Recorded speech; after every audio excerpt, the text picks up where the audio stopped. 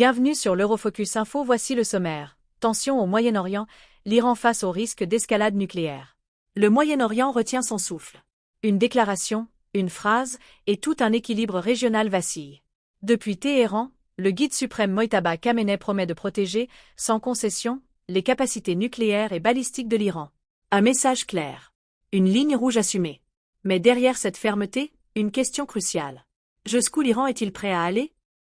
Bonjour à tous et bienvenue sur Eurofocus Info. Dans un contexte international déjà fragilisé par des conflits multiples, la déclaration de Téhéran agit comme un signal d'alerte. Elle intervient alors que la région est marquée par une instabilité chronique, des rivalités historiques et une défiance croissante entre puissances. Ce soir, nous allons décrypter les enjeux réels derrière cette annonce. Car au-delà des mots, ce sont des équilibres militaires, économiques et diplomatiques qui sont en jeu. Pour comprendre cette déclaration, il faut revenir à la doctrine stratégique iranienne. Depuis plusieurs décennies, l'Iran construit sa sécurité autour d'un principe central. La dissuasión asimétrique. Contrairement aux grandes puissances militaires, Téhéran ne dispose pas d'une supériorité conventionnelle globale.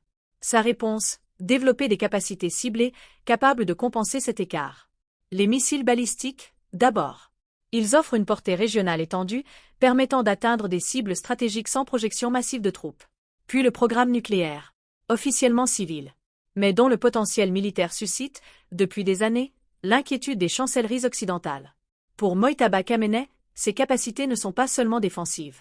Elles incarnent l'indépendance technologique et politique du pays. Mais cette stratégie place. Pour comprendre ces déclarations, il faut revenir à la doctrine stratégique iranienne. Depuis plusieurs décennies, l'Iran construit sa sécurité autour d'un principe central. La dissuasión asimétrique. Contrairement aux grandes puissances militaires, Téhéran ne dispose pas d'une supériorité conventionnelle globale. Sa réponse. Développer des capacités ciblées, capables de compenser cet écart. Les missiles balistiques, d'abord. Ils offrent une portée régionale étendue, permettant d'atteindre des cibles stratégiques sans projection massive de troupes. Puis le programme nucléaire. Officiellement civil. Mais dont le potentiel militaire suscite, depuis des années, l'inquiétude des chancelleries occidentales. Pour Mojtaba Khamenei, ces capacités ne sont pas seulement défensives. Elles incarnent l'indépendance technologique et politique du pays. Mais ces stratégies placent l'Iran au cœur d'un rapport de force complexe. Face à lui, deux adversaires majeurs. Les États-Unis, présents militairement dans la région, et engagés dans une politique de pression maximale. Et Israël, qui considère le programme nucléaire iranien comme une menace existentielle. Pour Tel Aviv, un Iran doté de l'arme nucléaire est une ligne rouge absolue. Résultat, une guerre de l'ombre s'installe. Cyberattaques, frappes ciblées, opérations clandestines. Un conflit discret, mais constant. Dans ce contexte, chaque déclaration officielle devient un signal stratégique. Un message envoyé autant aux adversaires qu'aux alliés. Mais l'impact ne se limite pas au domaine militaire. Il est aussi économique et potentiellement mondial. Le Moyen-Orient concentre une part essentielle de la production énergétique globale. Et au cœur de cet échiquier, le détroit d'Ormuz. Chaque jour, une part significative du pétrole mondial y transite. Une escalade dans cette zone pourrait perturber les flux et provoquer une onde de choc sur les marchés internationaux. Hausse des prix du pétrole, inflation, instabilité économique.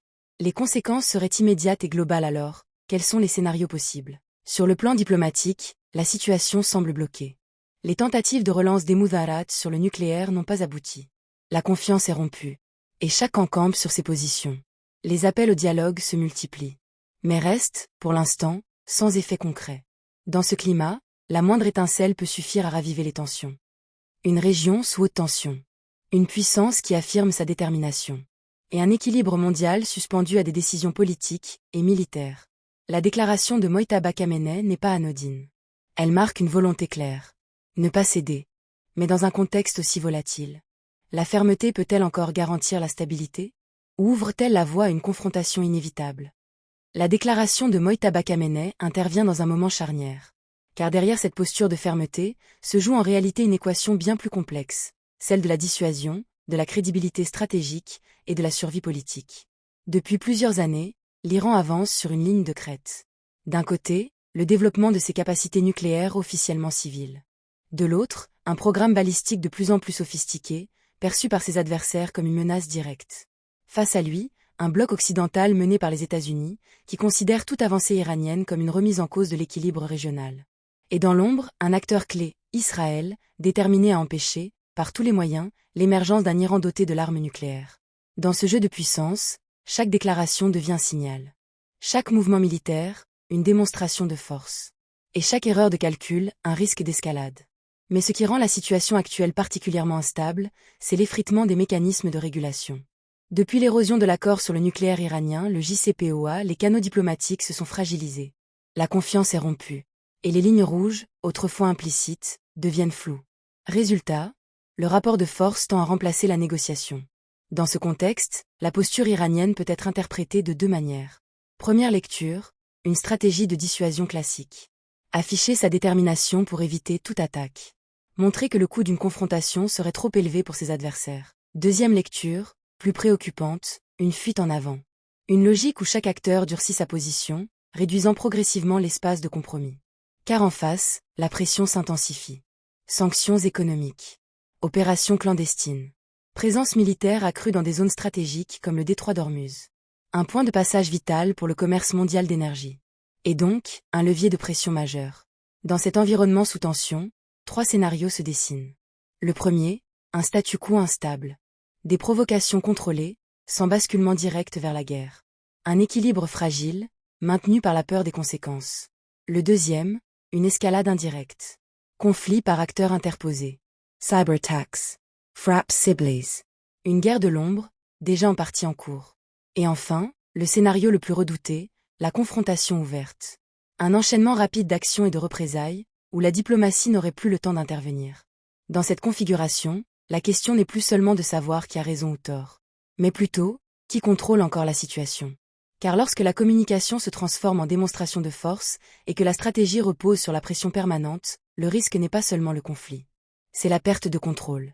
Et dans une région où s'entremêlent intérêts énergétiques, rivalité idéologique et ambition géopolitique, cette perte de contrôle pourrait avoir des conséquences bien au-delà du Moyen-Orient. Jusqu'à redéfinir, en profondeur, les équilibres du système international. Cette dynamique de fuite en avant ne repose pas uniquement sur des choix idéologiques. Elle est aussi le produit de contraintes internes puissantes. En Iran, le pouvoir doit concilier pression extérieure et légitimité intérieure. Affirmer sa fermeté, c'est aussi éviter toute perception de faiblesse face à la population et aux factions les plus dures du régime.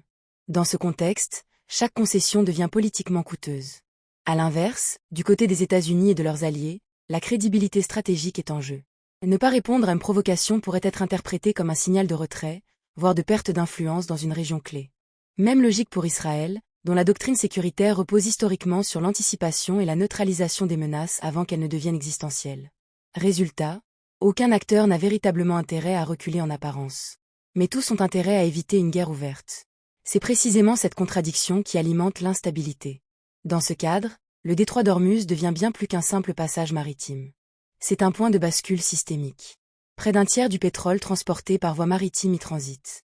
Une perturbation, même temporaire, aurait des effets immédiats sur les marchés énergétiques mondiaux, hausse brutale des prix, tensions sur les chaînes d'approvisionnement, et répercussions directes sur les économies déjà fragilisées. Enfin, dans le scénario de confrontation ouverte, tout s'accélère.